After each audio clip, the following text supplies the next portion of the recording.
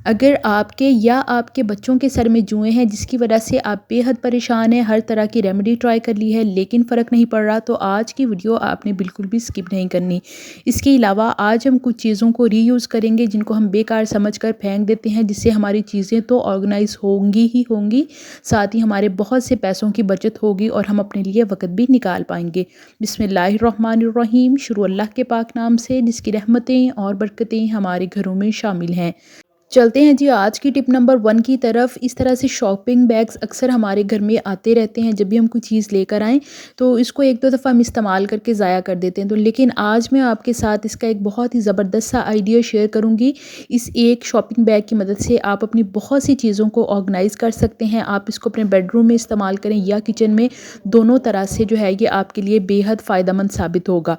तो इसके लिए आपने शॉपिंग बैग की साइड्स को रिमूव करके इसको बिल्कुल स्ट्रेट कर लेना है और इस तरह से आपने इसको ना बल दे लेने हैं, यानी कि इसके हमने पोर्शंस बना लेने हैं। आप चाहें तो 3 बना लें या 4, अपने बैग के हिसाब से जितने आपकी बैग की लेंथ है।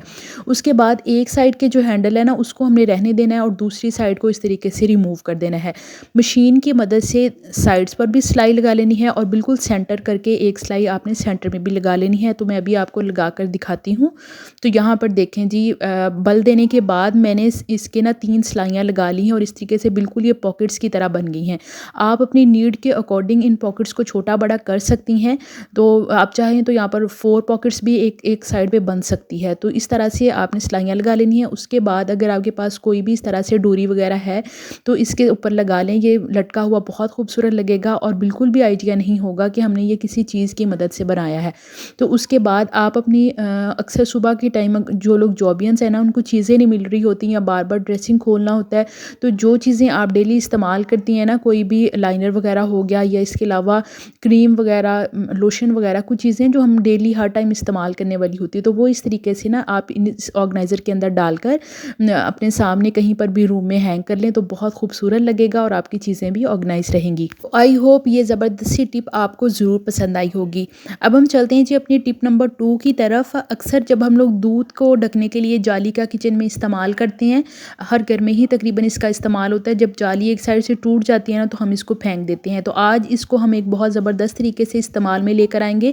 उसके लिए आपने जाली को इसके अंदर से हटा देना है। जो तो टूटी हुई है वो खुद ही निकल जाएगी और बाकी को आपने इस तरीके से ना कैंची की मदद से निकाल के इसके किनारों को बहुत अच्छे तरीके से आपने नीट कर लेना है, ताकि जब हम इसको रीयूज़ करें तो हमारे हाथों में ना लगे। बहुत अच्छे तरीके से ये आराम से निकल जाएगी और ये हमारे पास एक बहुत ही ज़बरदस्त सा रिंग आ जाएगा। अक्सर क्या होता है, जब हम लोग कपड़ों को लगाने के लिए क्लॉथ क्लिप्स लेकर आते हैं ना, तो जब तक ये पैकेट में हो तो महफूज रहती हैं। जैसे ही हम पैकेट से निकाल कर इसको इस्तेमाल करते हैं ना, तो दोबारा हमें बस आहिस्ता आहिस्ता ना जैसे दिन गुजरते जाते हैं तो इसकी क्वांटिटी कम होती जाती है, कहीं आगे पीछे रख हो जाती है। तो इस तरह से आप लोग इस रिंग का इस्तेमाल करें। ये इस तरह से ना आपके क्लॉथ क्लिप्स को एक जगह फिक्स मिल जाएगी। तो आपने जब भी इस्तेमाल की उसके बाद जितने भी घर में क्लॉथ क्लिप्स हैं या बाइंडिंग क्लिप हैं, इस तरीके से आप इस रिंग के ऊपर लगा दें और इसको कहीं पर भी एक साइड पे किचन में या कहीं भी जहाँ पर आप कपड़े वगैरह वॉश करती हैं वहाँ पर आप इस तरह से इसको लटका दिया करें। तो आपकी आंखों के सामने भी रहेगा और आपको जब ज़रूरत होगी उतारें, इस्तेमाल करें और दोबारा से इस रिंग के ऊपर इसको लगा दें। तो आई होप ये छोटी सी लेकिन यूज़फुल सी टिप आपके बहुत काम आएगी। चलते हैं जी नेक्स्ट टिप की तरफ। अक्सर जब हम लोग ब्रेड लेकर आते हैं ना, तो उसके एंड वाले 4-5 पीस या एक ऊपर और नीचे का पीस जो है ना वो बिल्कुल लावारिस फिरते रहते हैं। बाकी तो हम इस्तेमाल कर लेते हैं, लेकिन 4-5 पीस जब रह जाते हैं ना तो बस फिर वो ख़राब ही होते हैं, डेट गुजर जाती है और हम उसको फेंक देते हैं। तो आज उनकी मदद से आपको एक बहुत ही ज़बरदस्त सी रेसिपी बताऊंगी। आपके पास जितने भी ब्रेड के पीसीज हैं ना, आपने इस तरीके से कट कर लेनी है। मैं चूँकि बच्चों के लिए बना रही हूँ, मेरे बच्चों के ये जो है ना रेसिपी बहुत पसंद है, तो मैं फ़्रेश वाले यूज़ कर रही हूँ। मैंने 8 पीसेस लिए थे और उसके बाद हाफ़ कप इसके अंदर दूध डालकर ना इसको सोक कर देना कि अच्छे तरीके से ये बिल्कुल सॉफ्ट हो जाएं और मैश हो जाएं।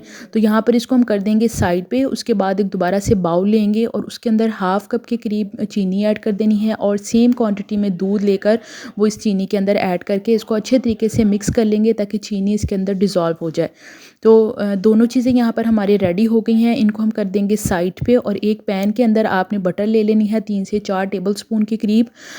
आप जो कोई भी इस्तेमाल करते हैं ना आप ले सकते हैं। उसके बाद इलायचियाँ 2 से 3 इस तरीके से खोलकर हमने इस ऑयल के अंदर डाल देनी है।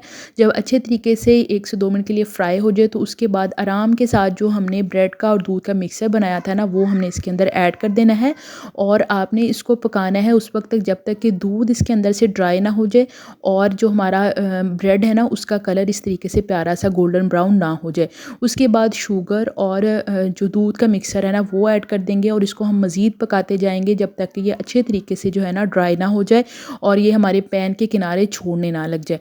तो यहाँ पर देखिए इसको पकते हुए तकरीबन 5 से 6 मिनट हो गए हैं। आपने पूरा टाइम फ्लेम को मीडियम रखना है, ना तो हाई करेंगे और ना ही लो। तो जब दूध अच्छे तरीके से मिक्स ड्राई हो जाए उसके बाद आपने 2 अंडे लेकर इसके अच्छे तरीके से इसको फेंट लेना है और वो हम डायरेक्ट इसके अंदर ऐड कर देंगे।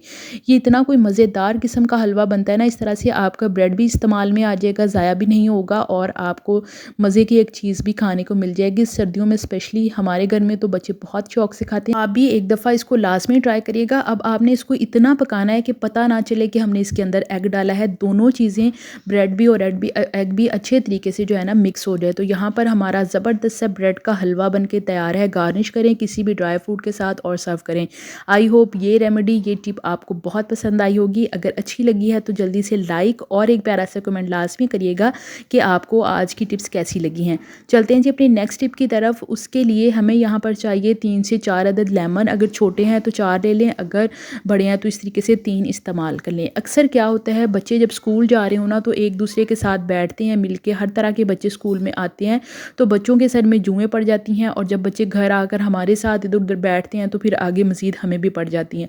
तो बहुत बड़ी परेशानी का बायस ये चीज़ बन जाती है जिन बच्चों के हों या बड़ों के पड़ जाएँ सर में।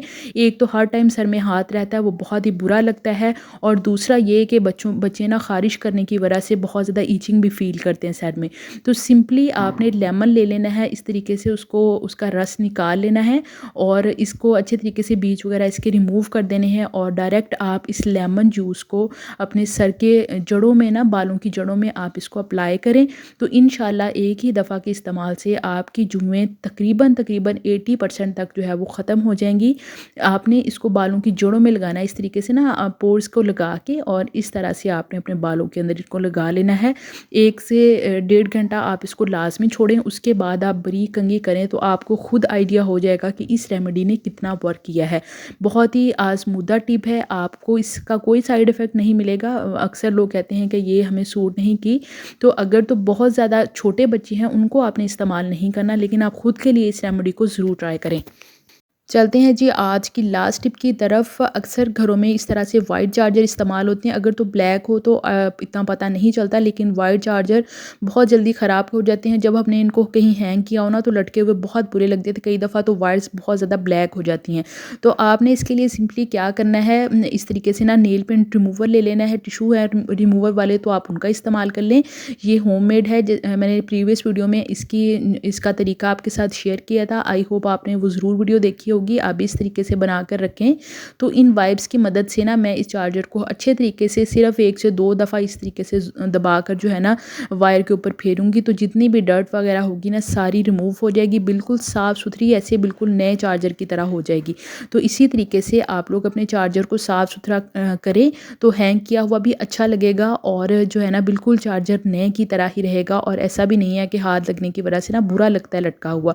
तो इस टिप की मदद से आप लोग लाजमी अपने चार्जर को साफ़ करें। तो आई होप आज की वीडियो आपके लिए ज़रूर हेल्पफुल रही होगी। वीडियो कहीं से भी अच्छी लगी है मुझे कमेंट सेक्शन में लाजमी बताइएगा। मिलते हैं नेक्स्ट वीडियो में, तब तक के लिए अल्लाह हाफिज़।